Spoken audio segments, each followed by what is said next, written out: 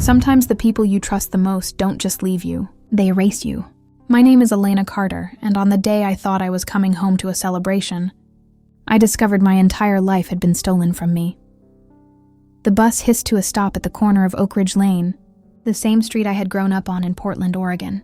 My suitcase wheels rattled across the cracked pavement as I dragged them toward the 2-story house where I had spent 23 years of birthdays, arguments, laughter, and Sunday dinners. But as I drew closer, something felt wrong. The curtains were gone.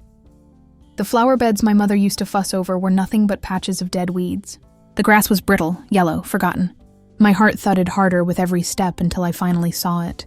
A bold red sold sign planted right where our mailbox had always stood.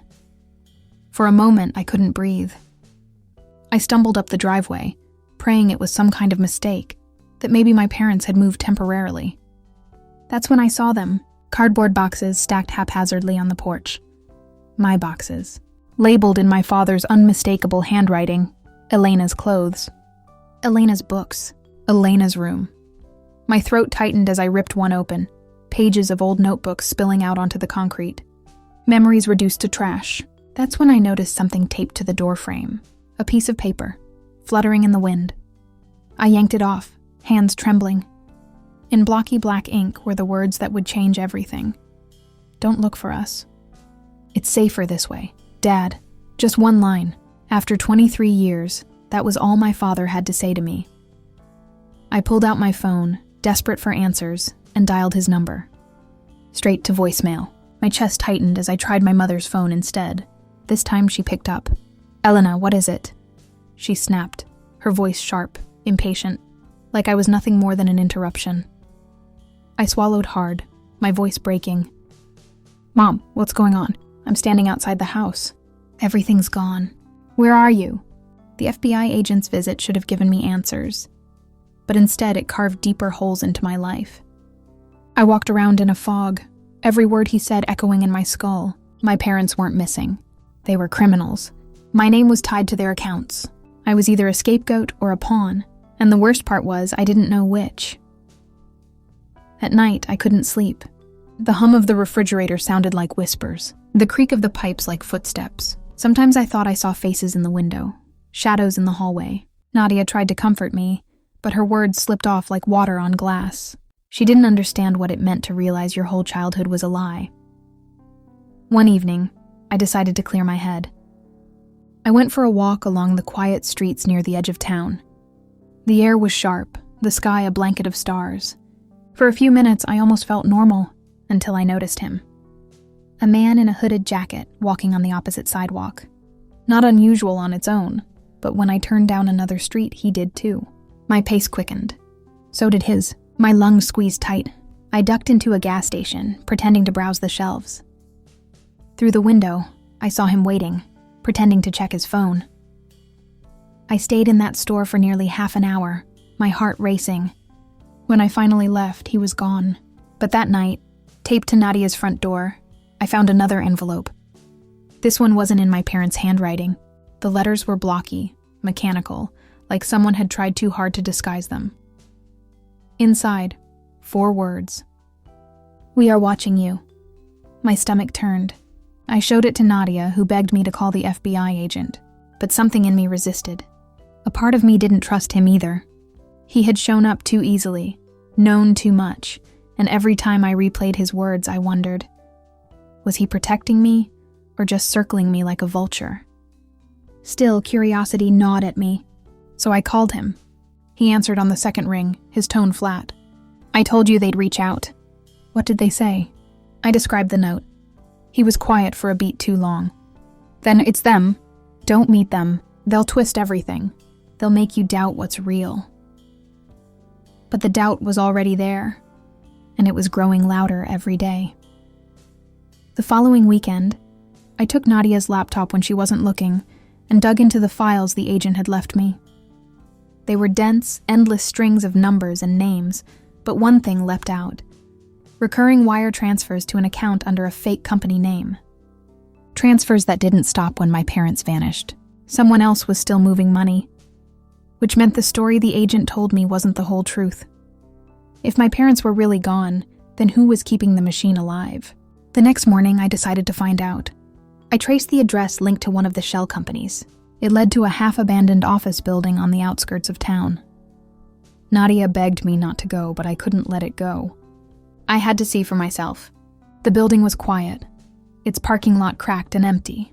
Inside, dust coated the floor, but there were fresh footprints. My pulse thudded in my ears as I followed them down a narrow hall. At the end, a door was cracked open. Light flickered inside. I pushed it open. Stacks of papers covered folding tables. Screens glowed with spreadsheets, transfers, foreign accounts. And in the middle of it all sat a woman, hunched over a laptop. She looked up, startled. Her face was pale, unfamiliar, but her eyes stopped me cold. They were my mother's. For a moment, I couldn't breathe. She stared at me with equal shock. Then, almost instantly, her expression hardened. "Elena, you shouldn't be here." My throat tightened. "You're alive. All this time, why? Why did you leave me?" Her jaw worked as if words were fighting to get out. "We didn't leave you. We saved you. If they thought you were involved, they'd never touch you. You were our cover." My stomach churned. "You used me. You left me to think I was nothing." Her face cracked then, just a little, and I saw something close to regret. It wasn't supposed to last this long. We were coming back, but things spiraled. You don't understand how deep this goes. Before I could respond, footsteps echoed in the hall. She cursed under her breath, shoving a flash drive into my hand. "Take this." "Don't let them—" The door burst open. 2 men in black suits stormed in, guns raised. My mother shoved me behind a table. "Run," she screamed. I bolted, heart hammering, the sound of a struggle exploding behind me. I didn't look back. I just ran until my legs gave out, until the world blurred, until I collapsed on the cold ground outside. When I finally gathered the courage to look at the flash drive, the files inside made my blood run cold. Not just financial records, not just names, but dates, shipments, government officials, all tied to a network that made everything the agent had told me look small. It wasn't just about my parents. It was about something far bigger, something that reached into every corner of power. And now I was holding the evidence. That night, I dreamed of my mother's face. The mix of guilt and love in her eyes, her final words echoing in my head, "Don't let them."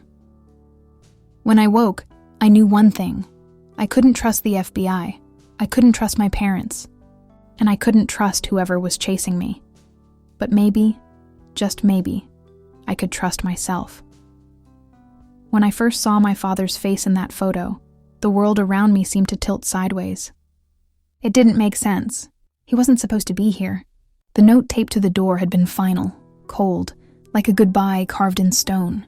But there he was, standing at a gala just 3 days before I came home, smiling like nothing had happened. Nadia sat beside me on the couch, watching my hands shake as I held her phone. "Elena," she whispered, "this isn't what it looks like, right? Maybe it's an old photo?" I wanted to believe that. God, I wanted to cling to that sliver of hope. But the date stamp at the top of the screen burned into me like fire. 3 days ago, he was here, dressed in a suit he hadn't worn in years, attending some event while I was left on the street with boxes of my life. I zoomed in, staring at the glass in his hand, the stiff smile on his lips. And then I noticed something chilling. His left hand, the one that always wore his wedding ring, was bare. I pressed my fingers to my mouth to stop the scream rising in my throat. My father had never, not once in my entire life, taken off that ring. Something wasn't just wrong. Something was deeply, horribly wrong. The following night, sleep was impossible. Every time I closed my eyes, I saw my father's face staring back at me, cold and unfamiliar. Finally, around 3 a.m., I opened my laptop and began searching. His name, my mother's name, their business records, old addresses, anything that might explain this madness. Hours passed in a blur until I found it. A company registry file with my father's signature, dated only a month ago. But the company name stopped me cold. Larkspur Holdings. I'd never heard of it before, yet my father was listed as a director. I clicked deeper, scanning transaction after transaction, until a pattern emerged. Transfers. thousands of dollars moving back and forth between accounts I didn't recognize. Except for one, an account under my own name. The blood drained from my face. My name, my birthday, my social security number, tied to an account with over $200,000 sitting in it. Money I had never seen. Money I had never earned. And suddenly, it all began to make sense. The boxes, the sold house, the note. They hadn't left me because they wanted to start over. They had left me behind because they had used me. Nadia woke up to find me sitting rigid at the table, laptop screen glowing against my pale face. She rubbed her eyes, glanced at the screen, and frowned. "What is all this?" "They're laundering money," I whispered. "Through me. Through accounts in my name. If anyone looks into this, it won't be my father they blame. It'll be me." Her face went pale. "Elena, this is serious. You can't just sit on this. You need help.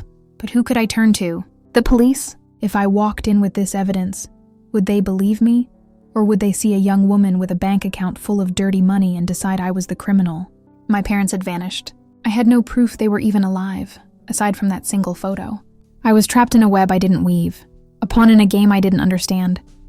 Still, I couldn't let it go. I started digging deeper, pulling records late into the night, stringing together scraps of information until a picture began to emerge. My father wasn't just some middle-aged man who worked a boring office job. He was tied to shell companies stretching across 3 states. My mother's name appeared too, always hovering just out of focus, like a shadow behind every transaction. The deeper I looked, the more my stomach turned. It wasn't just money. It was property deeds, offshore accounts, falsified medical records, and all of it traced back somehow to me. One afternoon, as I sat hunched over Nadia's kitchen table with papers spread out like a storm, there was a knock at the door. My pulse quickened. Nadia opened it cautiously, and a man in a gray suit stood there, flashing a badge. "Elena Carter?" he asked, his gaze sweeping past her and locking on me. My heart nearly stopped. FBI. For a second I considered running. My mind screamed at me to grab my bag and flee, but my legs wouldn't move. The agent stepped inside, calm, composed, but his eyes were sharp, dissecting me like a puzzle. "We need to talk," he said. I couldn't speak. My tongue felt heavy in my mouth. He sat across from me, placed a folder on the table, and slid it toward me.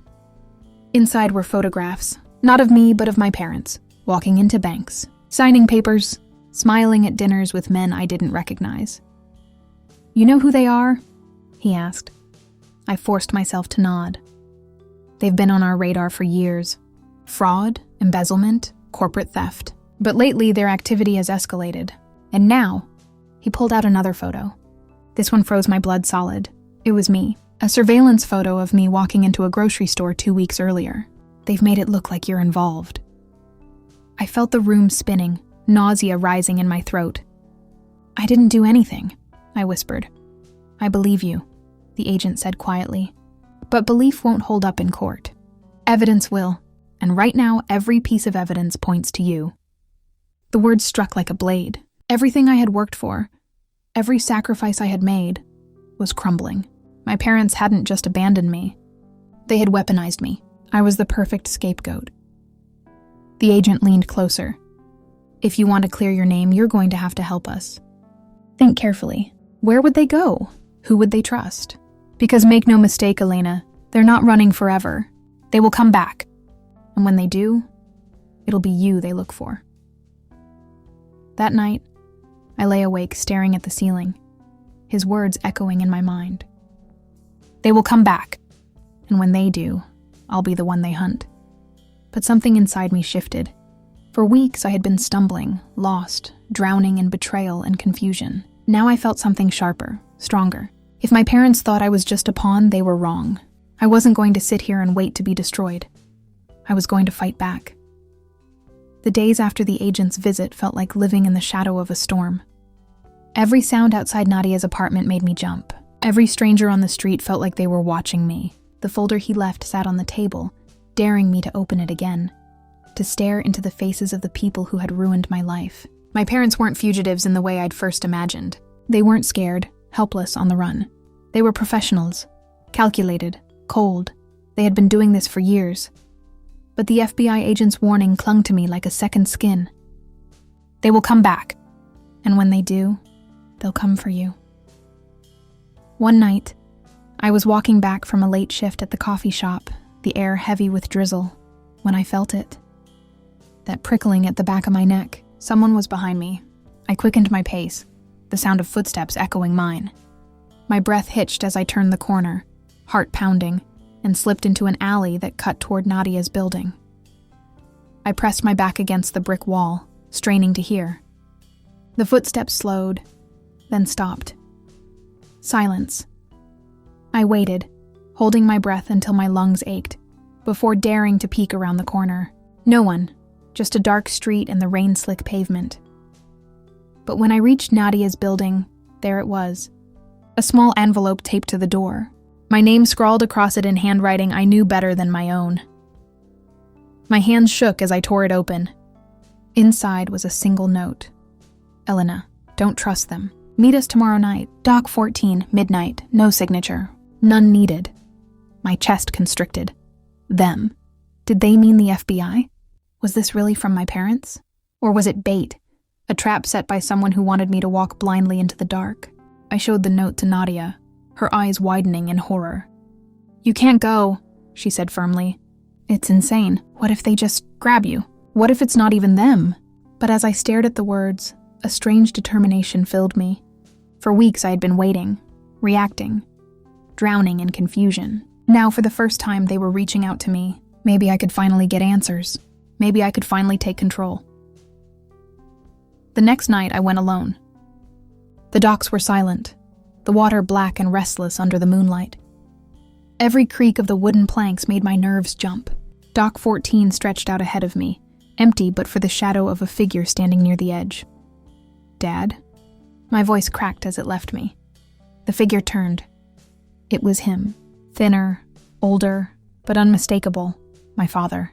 He raised a hand slowly, almost cautiously, as if I were the dangerous one. Elena, he said, his voice low and urgent. You shouldn't be here. My chest tightened.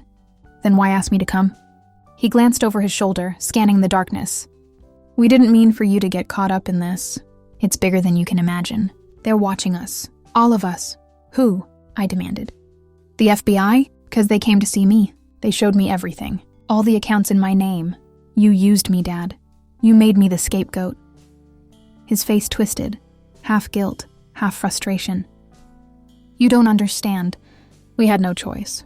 We had to keep you safe. If they thought you were involved, they wouldn't hurt you. They'd just watch you. I took a step back, bile rising in my throat. Safe? You left me with nothing. You made it look like I was a criminal. You call that safe? Before he could answer, a voice cut through the night. Elena, step away from him. My head snapped around. The FBI agent stood at the entrance to the dock, gun drawn, backup swarming behind him. Red and blue lights flashed against the water, painting everything in chaos. My father cursed under his breath. It's too late. Hands grabbed me, pulling me backward, and suddenly I was caught between two worlds. My father, desperate, eyes wild, whispering, "Trust me." And the agent, steady, firm, shouting, "He's lying. Don't take another step." In that moment, the truth shattered around me. Neither of them wanted to protect me. They wanted to control me. I wasn't a daughter or a victim. I was a key. To money, to leverage, to power. And I realized then, if I wanted to survive, I couldn't trust either side. The silence in the warehouse was suffocating. The FBI agent's gun was steady, his jaw tight. My father's hand hovered near his jacket, his eyes burning into me with something between rage and desperation. "Give me the files, Elena," the agent said firmly. "We'll protect you. We'll make sure you're safe." My father laughed, a harsh, broken sound. "Safe?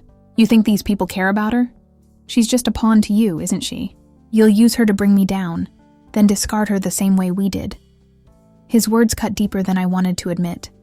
The agent's jaw clenched, but he didn't deny it. He simply repeated, "Elena, hand them over." I held up the folder.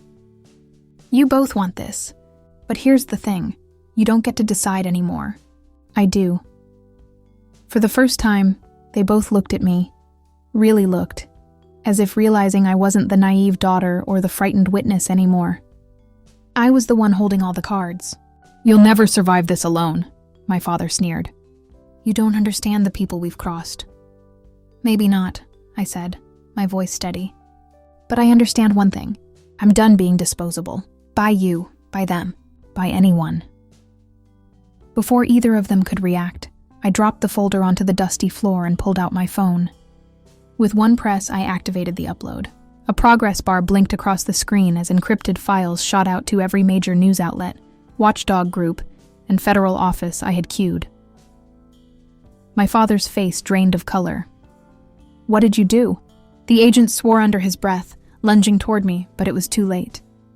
The upload completed with a soft chime. Dozens of files, shipping manifests, offshore account details, even recordings I had uncovered, all of it now beyond their control. I backed away, my hands trembling but my voice unshaken. "Now the whole world knows. Not just your version, not just theirs, the truth." The agent lowered his gun slowly, realization dawning. My father, on the other hand, erupted, his face twisted with rage as he pulled something metallic from his jacket. A gun. My heart stopped. The agent shouted, aiming his weapon again. "Drop it now!" But my father didn't aim at him. He aimed at me.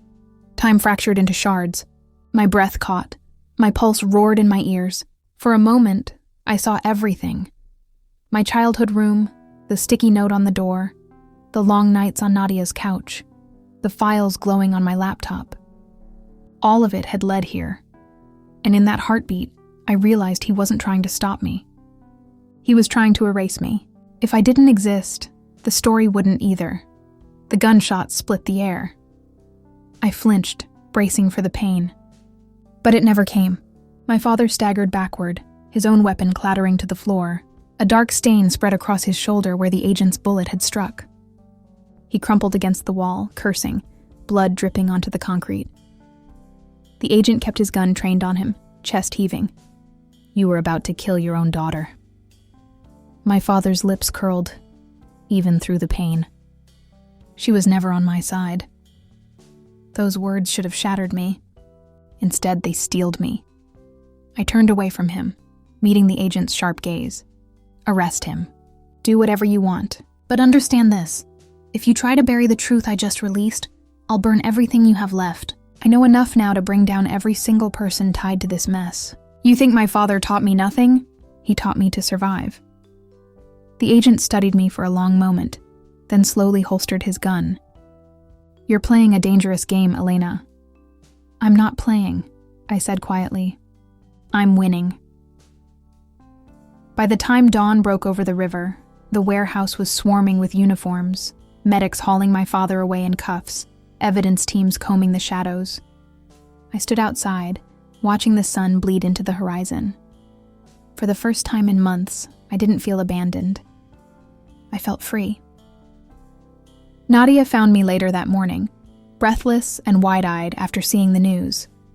She grabbed my shoulders, tears brimming. "Elena, you actually did it. You exposed them." I nodded, though exhaustion pulled at me like chains. It's over. But deep down, I knew it wasn't. My parents had been a piece of something far larger.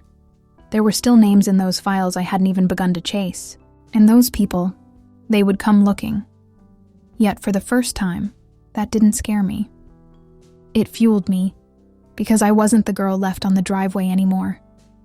I wasn't the daughter waiting for answers that would never come. I was the one writing the ending.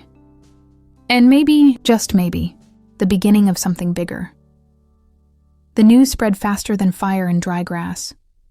By morning, every channel was replaying the leaks I had unleashed. Headlines screamed of fraud, offshore accounts, politicians and corporations with their hands dirty. The footage of my father in cuffs was splashed across every screen, his once carefully hidden life reduced to a symbol of corruption.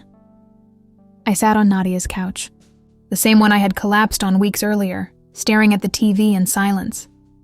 But this time it was different. I wasn't powerless anymore. The world finally knew the truth. Nadia broke the quiet, her voice trembling with awe. "Do you realize what you've done? You didn't just expose your parents. You exposed an entire network. People at the top of everything." My chest rose and fell slowly.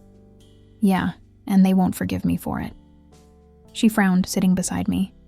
"So what happens now? Do you go into hiding? Witness protection?" I shook my head. "No. I've spent my whole life running from what they did. If I disappear now, it means they win. I need to live in the open. On my terms." The next weeks were a blur. Investigations tore through governments and companies. Some of the most powerful names in finance and politics were dragged into court. Whistleblower groups hailed me as a hero. Strangers messaged me, thanking me for exposing the truth.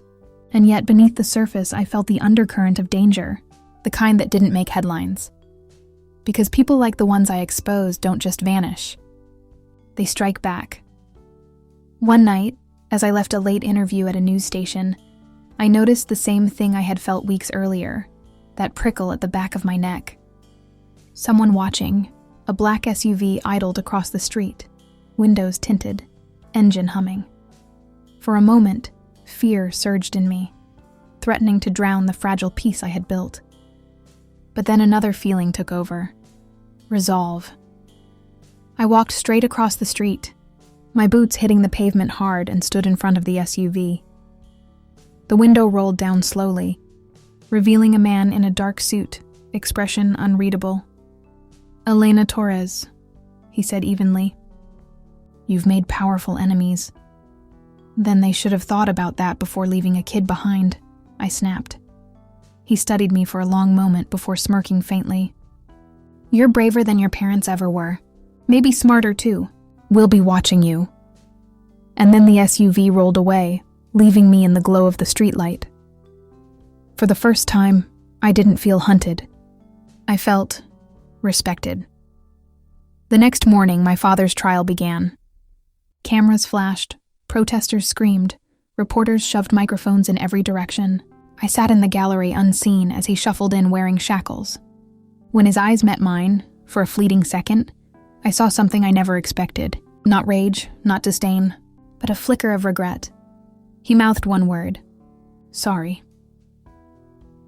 And then he was swallowed by the machine of justice, the same machine he had evaded for decades. Afterward, outside the courthouse, I breathed in the cool air and let it wash over me. The weight that had hung on me since that day in the driveway finally lifted. Nadia hugged me tight.